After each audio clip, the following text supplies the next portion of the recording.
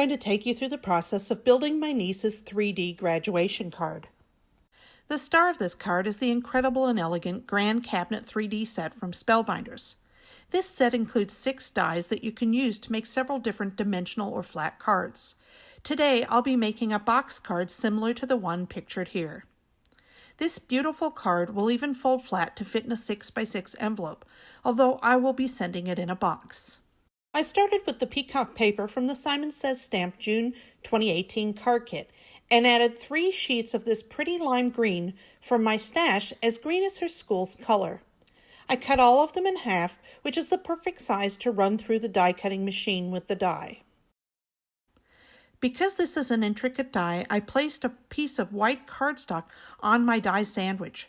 This made the die cut effortlessly and completely on the first run through each time. I will have a complete list of everything I die cut further on in the video. I really wanted to include a graduation hat on my card, and this is how I created it. I took a 1-inch scrap of the lime green paper and cut it at an angle with one corner lined up with the edge of the paper trimmer. I then flipped the paper over and placed the slanted edge straight up against the 1-inch line on my paper trimmer and cut again. And there you have it, a perfect diamond shape for my hat. I then took the leftover piece and cut a rectangle from it. I used a 3/4 inch punch to create the curves for the bottom of the hat by lining up the punch with the outside edge and center of the rectangle and cutting. And I repeated the process on the other half to complete my piece. I used gold embossing thread to create this cute tassel for my graduation hat using this 6-step process. Step 1. Wrap the thread around your fingers 5 times. Step 2. Secure the center of the looped thread with cross-lock tweezers. Step 3. Take another piece of thread and tie several tight knots around the entire piece next to the tweezer nib. Step 4. Remove the tweezers and fold the piece in half at the knots. Step 5. Secure the folded in half piece just under the knots and repeat step 3 by tying several tight knots just under the tweezer nib. Step 6. Snip through the loops and give your tassel a little trim until you're happy with your results. To put the hat together, I poked a hole in the center of the diamond and ran the hanging threads through. I secured the thread on the back side with some foam tape and then attached my rectangle piece to the hat using the same piece of foam tape. I didn't want the tassel to move around, so I secured it to the hat with a tiny glue dot. And here are all the pieces I needed to create this card. I have the 2 sides that I've used the 1/4 inch Scor-Tape on the flaps to make sure the card is good and sturdy.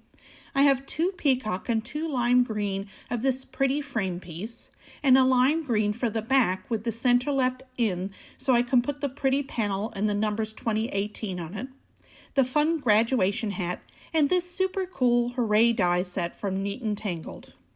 After I finished creating my center panel with the pattern paper and the year, and then I was ready to assemble the box. This card is versatile. You could put as many as 4 panels on the inside. For a less busy card, I'm going to just use 2. To assemble the box, you position the side panel so the slits are on the bottom, and then slide your tabs into the associated notches. The trick is to get the 2 notches through the slits and then gently pull down on your cardstock panel to help the tabs lock into place. I started with the 2 inside pieces, securing them both on the side pieces, and then after snipping the not needed tabs off the front panel, I removed the Scor-Tape backer and carefully adhered it to the front of the card. I repeated this with the back piece, and the main part of my card was complete. I ran my bone folder over the folds to make sure they were nice and crisp. This is how I want to arrange the hat and HOORAY. I wanted to make sure that the card did not get any wider, so I made sure to line the Y up with the right side of the card. This is me checking that placement. To attach the HOORAY, I put a piece of scrap paper right behind the panel I would be gluing on to avoid making a mess on the rest of the card. I then applied some glue directly to the card front and positioned and attached the HOORAY. I cut the skinny HOORAY from the same pattern paper as the backdrop of the card interior. This pretty paper is also from the Simon Says stamped June 2018 card kit. Unfortunately, the video of attaching the hat has gone missing. I attached the hat to a strip of acetate and then tucked it down behind the front panel in the upper left corner. I trimmed any excess that could be seen from the front, which really gave it a nice finished look.